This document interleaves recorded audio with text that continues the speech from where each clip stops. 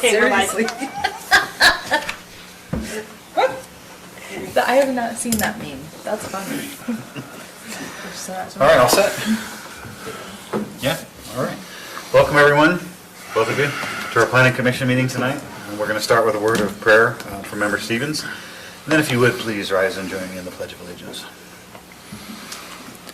Our dear Heavenly Father, as we meet before you this evening, we're grateful for the opportunity that has allowed us to live in this great valley, to be surrounded by good people. We pray for thy Spirit to be here with us this night, to help us, that we may be able to take care of the items on the agenda and always be able to meet the needs of the people here in this county. We pray for thy guidance and help in all that we do. In the name of Jesus Christ, amen. Amen.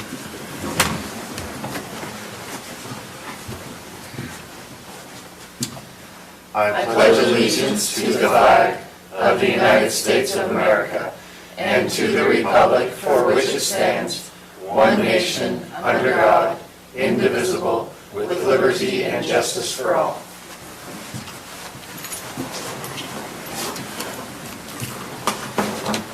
All right, not a terribly complex agenda tonight, so if we're ready for a motion, if you are. So moved. Second. Okay, all those in favor of approving the agenda? Aye. Any conflicts of interest from any members of the Planning Commission for anything on the agenda tonight? Hearing none, we're going to move on to a time of public comment. We do have a public hearing tonight, so you'll have an opportunity to discuss item number 6 on the agenda. But we welcome any member of the public at this time to come up and mention anything that they would like to mention. So we're just entering a time of public comment, but it's going to go quick, so I just wanted to offer that up to you if you had any comments for tonight. Well, Now or coming after the presentation? You're going to have a time to speak. There's going to be a public hearing on the agenda item tonight, so you can talk then. Okay, so if nobody else has any public comment, we'll move out of public comment and move on to item number 6 on our agenda.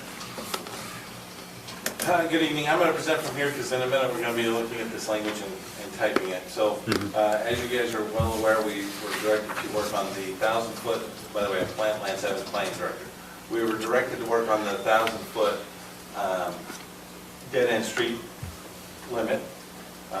We wanted to look at it, and we had previous work sessions and discussions of, we want it to be based on a standard. Is there any flexibility, a way to do that? Staff subsequently, after direction from the Planning Commission, met with the fire code officials, got some language and some input from them. Their recommendation is that we add in language from the International Fire Code that would change those standards. It actually reduces the road length from 1,000 to 750 feet. However, it gives the fire official the ability to be flexible on that 750 feet and be able to go longer, or up to whatever they feel is appropriate, given certain factors of maybe it's slope, vegetation, those types of things. And that is all outlined. Those standards are outlined in the International Fire Code. So what we propose to add to the subdivision ordinance, where this is in section I under dead-end streets, is to set 750-foot limit, and then have the caveat of unless determined by the fire code official. I put together some language in your packet that embarrassingly had a couple of errors in it.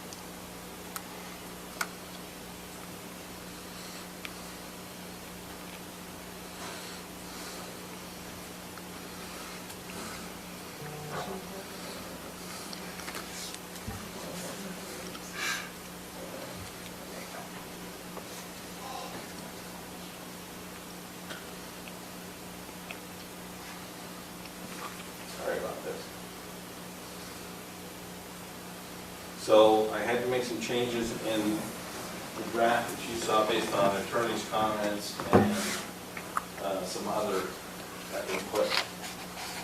But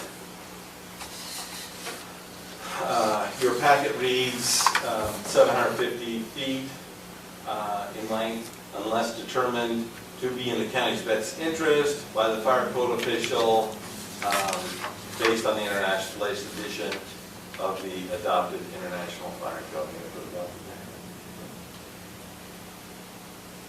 Oh, no, there it was. International Code Fire adopted by the Warren County. The couple of the changes. One, and we experienced this as the geologic hazard, is to be in the best interest of the Morgan County. Pretty vague language, so we wanted to change that. So I'm proposing that we would take out be in the best interest with just unless determined to, unless determined by the fire code official to meet fire safety standards based upon the latest edition of the International Fire Code adopted by Morgan County. So that's how I propose that it read. I'll just talk about the other change and then. I have a question real fast. Sure. Did we actually adopt it, or we just have to follow the rules anyway? Say- Like, did we adopt the fire code, or we have to follow it anyway? Okay, the International Fire Code is adopted by Morgan County in Title VII. Okay. It's currently the 2009 edition. They need to update that to the 2018. It's kind of a separate topic and a separate ordinance amendment that needs to happen. We wanted to put the language in here that it's the latest edition of the International Fire Code adopted by Morgan County, so that if they change Title VII, we don't have to also, every time they change Title VII to a new International Fire Code, we also have to change the subdivision ordinance. Yeah. Okay. So that's why it's written the way it is. So that's why we did that. Let's see. And then the other section was that I've only eliminated the 1,000 foot and replaced it with the 750. However, I neglected that we should also say 750 unless determined by the fire code official, adding that language again to give him the caveat and the ability to change it. And this is not the correct language. We'll have this paragraph up here. But to keep that flexibility in the ordinance for him. So in either situation, if it's a new subdivision and they're proposing a dead end, it's 750 feet, or as determined by the fire code official based on international fire code standards. And then the other situation of when you're adding to a subdivision, if you're adding to a subdivision and a dead end street, for example, it's 750, or if the fire code official determines that, hey, a little longer, it's not really going to cause a safety issue. So that's the proposal. I'm sorry for the confusion and the language changes at the last minute. But I think it's an improvement in our current code. It will allow some flexibility. I know, the direction was to find a way to lengthen the dead-end road length, or at least look at that. But by going to the International Fire Code standard, I think that gives us a criteria for, this is why it's based on something. And it's much clearer that way. So it could be longer, but. Arbitrary 1,000 feet. Sorry, Gary. Excuse me, I'm sorry. So it could be longer based upon recommendations from Right. consistent source, standard. For example, the Canyon View commercial subdivision, it had to end at 1,000 feet. Well, they were going to stub it at another 200, or not even 200, it's like another 100 feet. But we forced them to stop there. They're going to end their road there. They're not going to be able to do another 100 feet. And we're going to have to come back and do that at some point in the future, rather than them just going another 100 feet. It wouldn't have mattered. It's flat. There's not a lot of vegetation. It's not any safer because we stopped at 1,000. Why are we making them stop at 1,000? So I think that's a good example of why we're making this change. We need to have flexibility to do smart planning and good planning, and to use our resources well and that type of thing. And really, it's actually just as safe. There's no issues that way. So there's no negatives to the county, and so maybe some efficiencies are built in there that are actually better. On the third paragraph, it has some stuff, 1,000 feet crossed off, but it doesn't have the 750 up. On the third paragraph, it's on our, go the other way. Under H.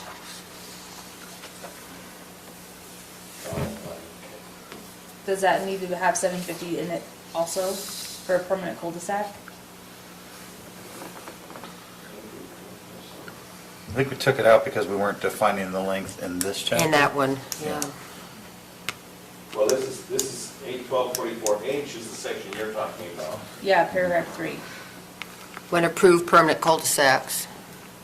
It has the 1,000 feet crossed out, Yeah. but it's not replaced with 750, was that? It just says must be On purpose? terminated. It's talking about the turnaround more than the length of the road.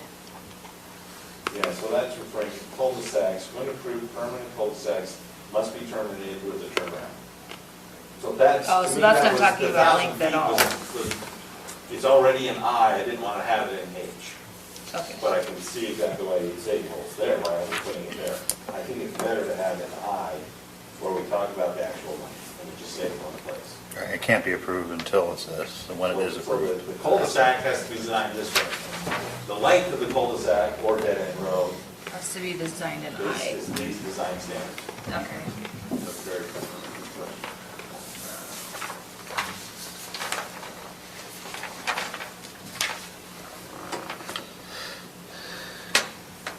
Any other questions? My question is, what are, like, kind of looking over this fire code, what are our criteria now for being able to extend it?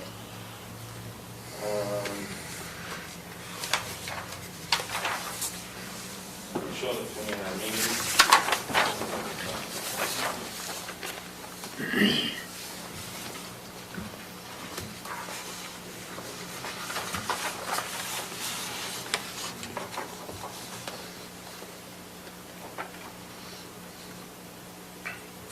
Would that be 106? Residential developments? I think it's in multiple places. There is some in 106. So all of the, everywhere is where it would say exception would be our Where was that section? criteria?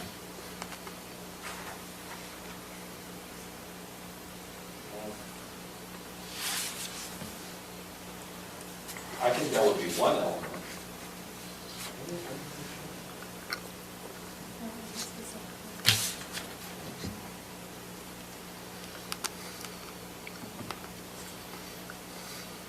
Well, so under 107, exception number 2 is an example of the type of criteria we're talking about. The number of dwelling units on a single apparatus access road shall not be increased unless fire apparatus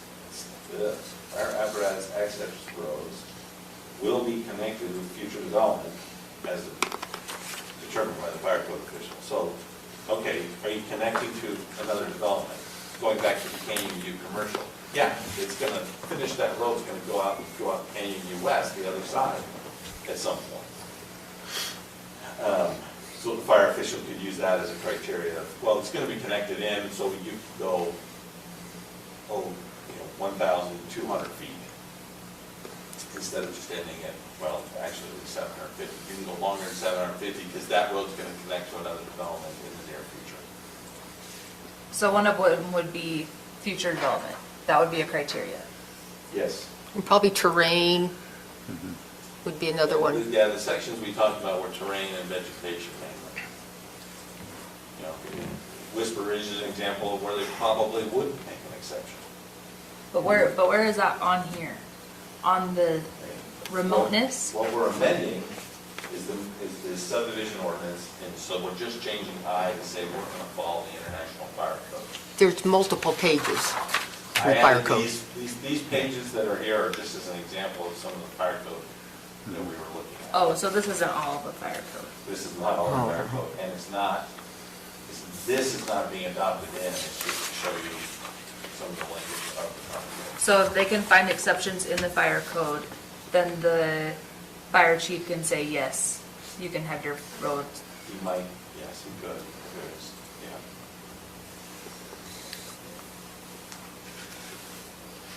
I still feel like that's pretty vague, because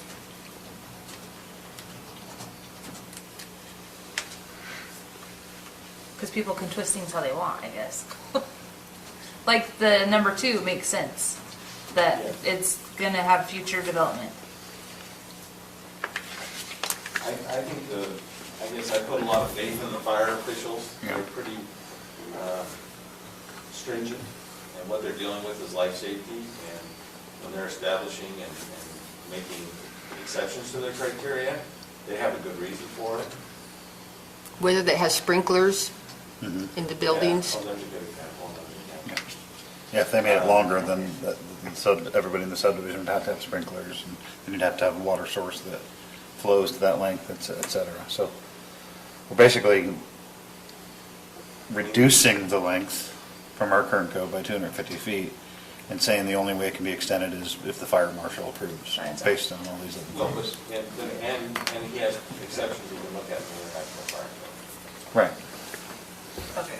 But with the fire, basically we're deferring to the expert We're deferring not just to the expert, but the expert and the code. and the code. And the code's not gonna give them exceptions for every little thing.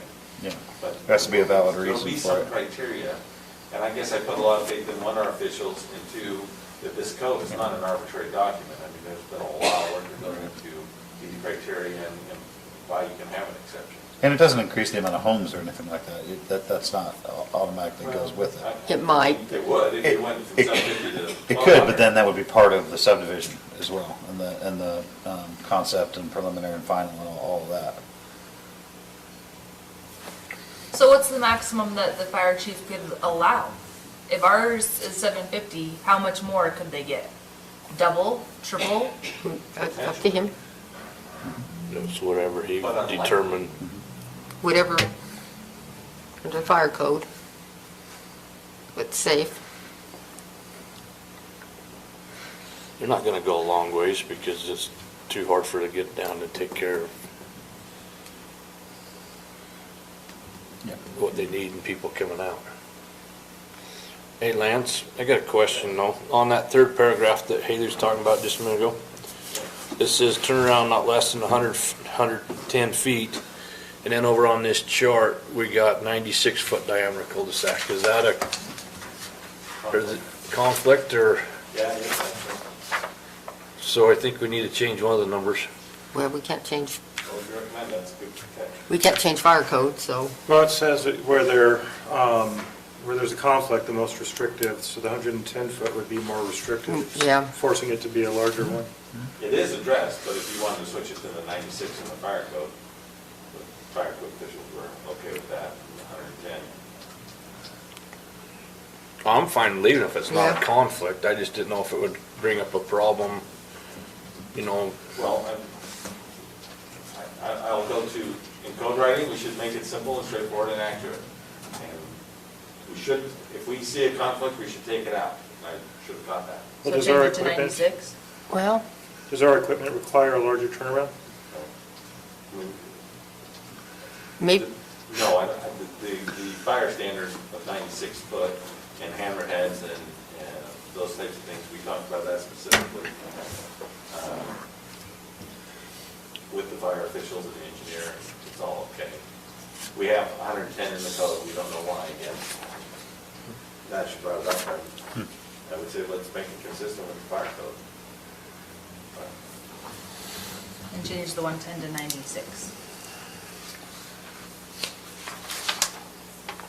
and you would assume the fire official would be okay with that? Yeah. If they can't turn around. And the roads department, everyone should be okay with it?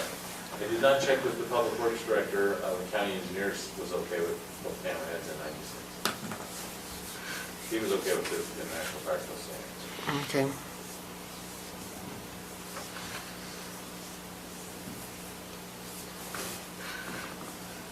Okay, so that was on H. Nothing else with I. So are we going to make that change to 96 tonight? At this point, maybe go on a public hearing and then you guys can decide after you have public comments. Yeah, but are we saying we're going to make that change to 96 before we go into public hearing, just so? That That's would be what he's staff's saying, go to recommendation. public comment and then see what Okay, happens. sounds good. Let's take a motion to go into public So hearing. moved. Second. All those in favor? Aye. Okay, so we're now in public hearing for this issue. So if you've got any comments, any members of the public have comments about this, just ask you to come up to the microphone.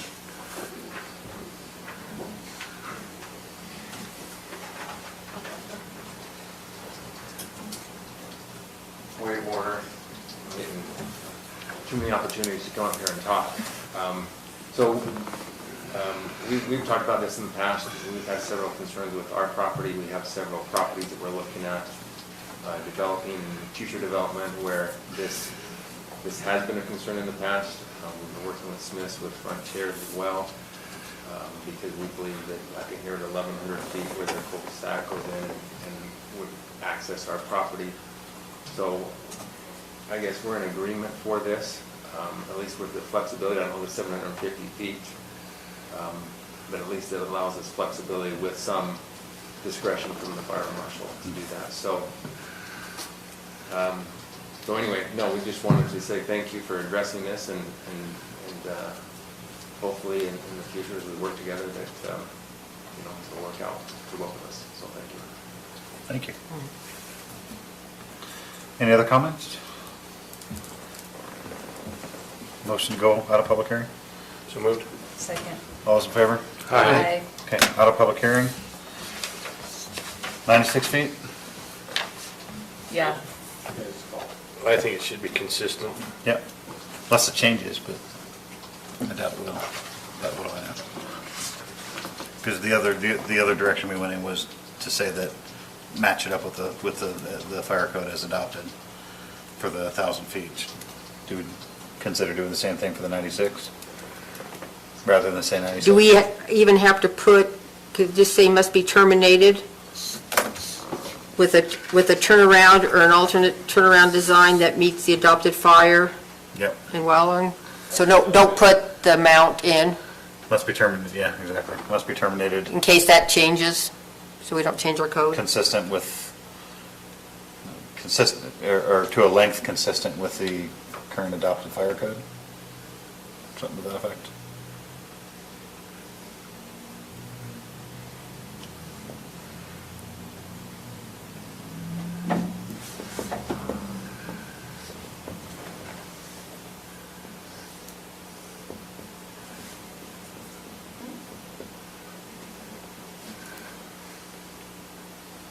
You taking notes, Hans? Yes. But not as much as Bailey is. Jamming away over there. Feverishly. Do, any other discussion on either one of these? I'd like them to read back what we have for the record so What that the we know changes. what the changes are. Yep. We'll wait for them to have their discussion then.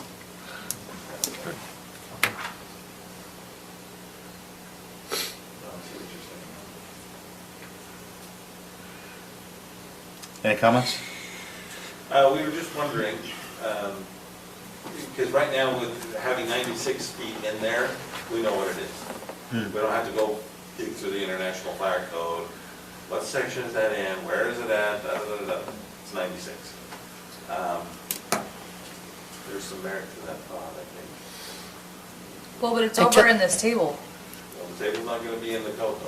It's not going to be in the subdivision ordinance. It's in the staff report. Oh. So. Could you put there, would something like, must be terminated with the International Fire Code radius, and then put the 96 feet with the date that this was? Or could you just copy what we wrote in I and just say 96 feet unless determined to be in the county's best interest for the fire code official? County best interest is gone. Yeah. Or that whole paragraph of. But when they Not change, that that's your fault. the fire code, then we'll have to go back and change code. Yeah. Just, Well, we wait for the 750. So as the well. question for you though is when will you know that they've changed it? They really should be updating it every few years. But that means you guys or someone's got to go through and check what we got to see if it's the same, right? Yeah. So I don't see where it's a problem putting the 96 feet in there. if they're gonna, Yeah, Because I mean, if they change it, it'd be really easy to bring it back and just say, hey, this has changed. You know, it'd take 2 seconds to, yeah, if it's not, we go through this Just put process. Parentheses, 2018 IFC 96 feet.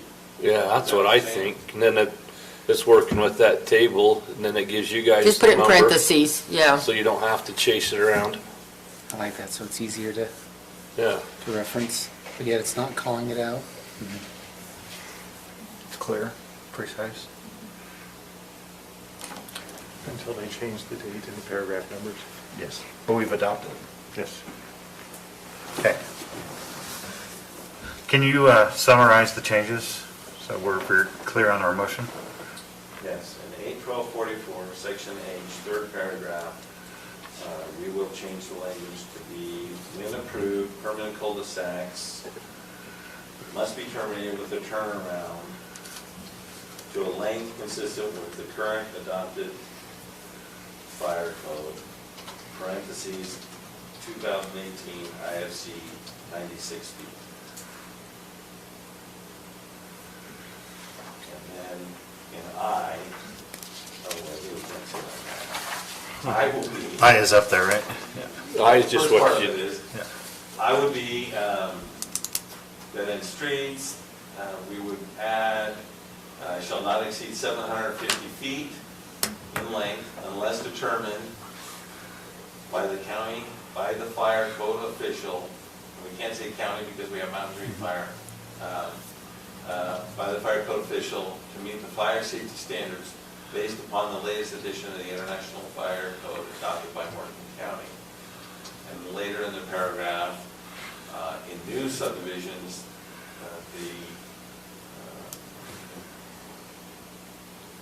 find the beginning of that sentence.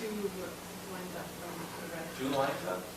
No, new subdivisions. New subdivisions, Yep. thank you. New subdivisions shall not be allowed to increase the length of an existing dead-end road if the existing dead-end road is in excess of 750 feet unless determined by the, and insert language from above, this is an example. So unless determined by the fire code official, then we'll add. But Where are I they don't- contradict? we will make it consistent with this.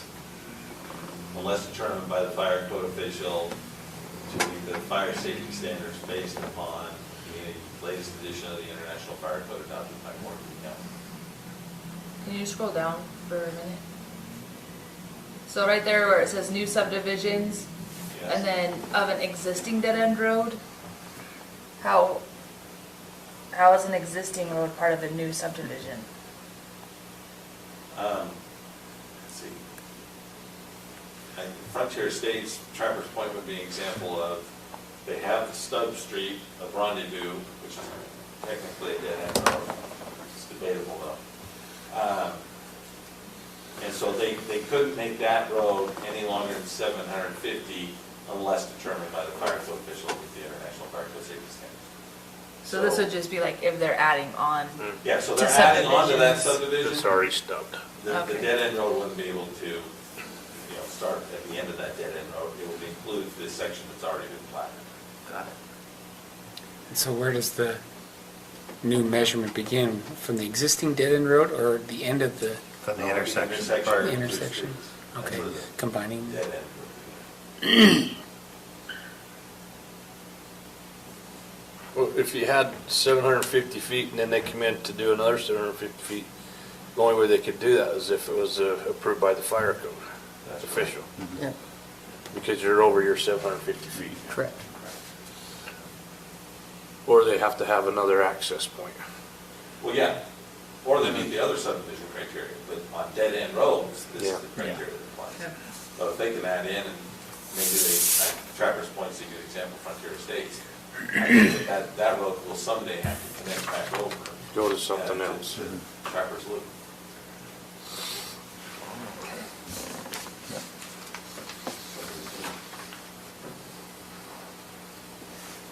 Okay. So according to this fire code on this table, D103.4, if a dead-end street is 151 feet, they have to have a cul-de-sac?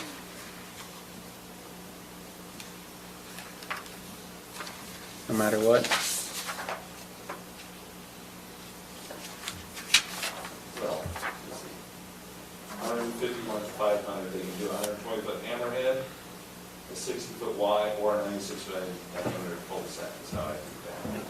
Yeah, they could do either. Under 150, they don't need anything. Yeah, under 150, they don't need it, but anything over 151, they Right. will need one. Yeah, Okay, because you got more than one or two homes in the area, so you'd have to have a turnaround. okay. That's consistent, what we've had already, or, I think so. okay. Yeah, I don't think we've ever required to turn around 150. No, because the existing one that we were just talking about doesn't have a Y or a hammerhead or anything, I don't think. Yeah, there's no turnaround. And Lance, this is in the fire code, but when they talk about future development, do we have something in there, like in our own code, saying that, future development is defined in such and such a way? Because, let's say I want to put in a 1,200-foot road, and I'll just say, oh, I'm going to have future development off here, through the snow basin ski runs and stuff like that. Is there something? Oh, well.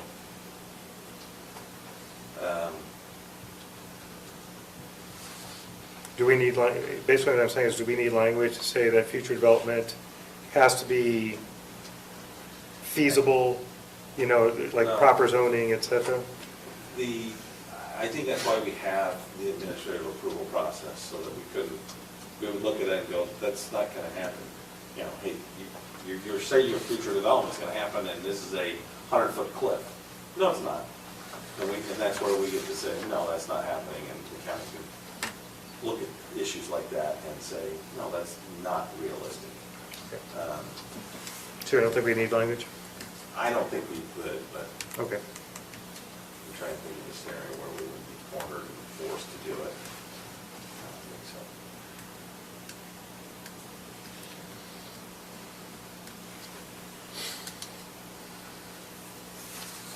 No? Okay, any clarification or further discussion? Okay, if not, someone ready to start making some motions?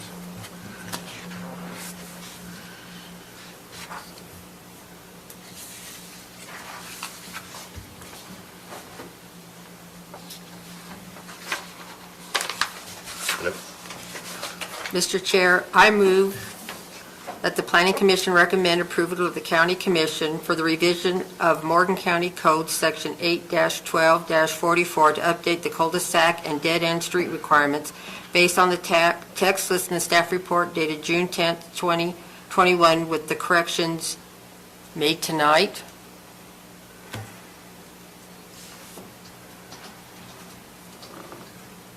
I think that does it as part of the record. Second. Okay, we have a motion, we have a second. All those in favor of the motion? Aye. No- Any opposed? Motion passes.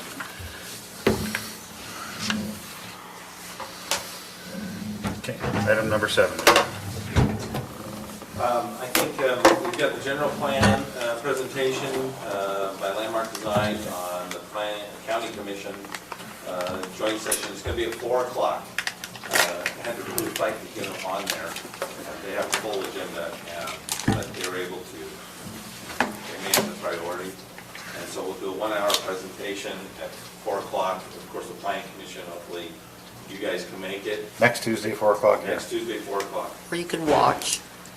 Or you can watch online, that's true. Because the schedule is so full, we were going to just do a short presentation on it there, and then come to the planning commission on the 24th.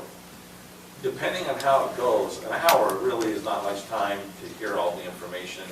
They've done a lot of work and brought a lot of stuff together from the surveys, the existing uses, everything that's going on in the community.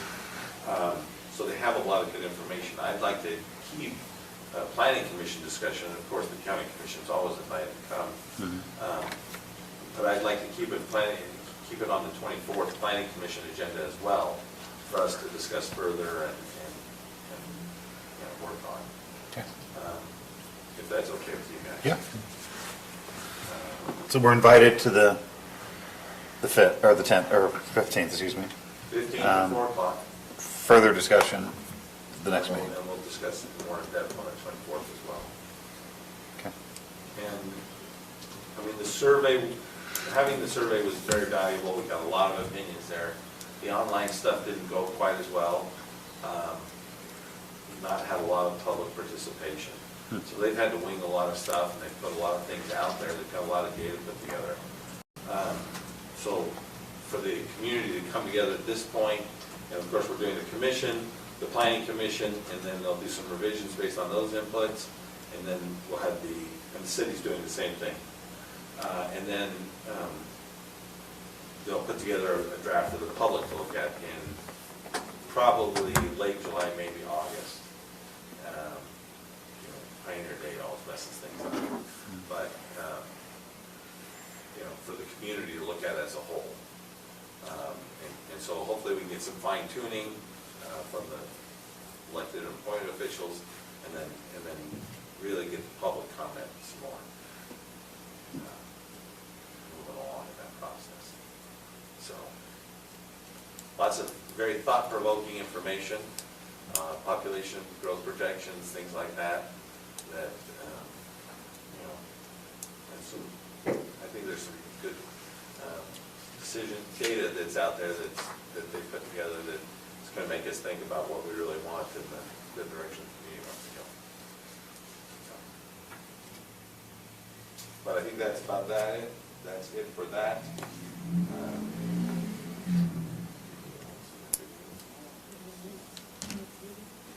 Yeah, so the next meeting we've advertised for, the Utah State Legislature's made a lot of changes. I'm trying to tackle a few of those, just to bring our code up to date with and consistent with the state law. So those we'll have that public hearing on the 24th as well. I think we'll see where it's at, because it'll be the first time you're reading it, but it's per state code. We really kind of have to do it. We will have some discussion about how. So we'll see where it goes on the 24th. If it's good, and yes, we can move forward, great. If we need to postpone and do it at another meeting as well, we can. So, but that's coming forward, and that's the next big item for us. A couple other applications will be on that as well. Okay, good. Anybody have questions about anything? No? Okay, if that's it, we'll move on to approval of the agenda. Minutes? Yeah, excuse me, minutes. Getting ahead of myself or behind myself, however you want to look at it. Blame COVID. Everybody got their input in, right? Yeah? Okay, you got everything? So we take a motion to approve the minutes for May 27th? So moved. Second. And all those in favor? Aye. So moved. Second. All those in favor? Aye. The race. And I got it. 40 minutes.